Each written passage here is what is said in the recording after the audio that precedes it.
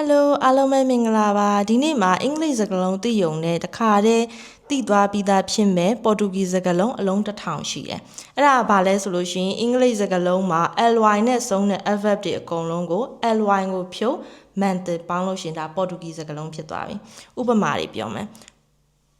originally ly ကိုဖြုတ် originalmente mente ကိုပေါင်း originalmente particularly particularmente normally normalmente finally finalmente ပေါ်တူဂီစကားလုံးမှာ I ကို E လို့ထွက်တဲ့အတွက်ကြောင့်မလို့ fine အစား fi ဖြစ်သွားတယ် finalmente finalmente အဲ့လိုစကားလုံးပေါင်းက1000လောက်ရှိတယ်ပြောရပေါ့နော်ကိုလည်းထိုင်ပြီးရှိမကြည့်မိဘူးဒါပေမဲ့ ly နဲ့ဆုံးတာအကုန်လုံးကို mente ပြောင်းလိုက်တာနဲ့ဒါပေါ်တူဂီစကားလုံးဖြစ်သွားပြီ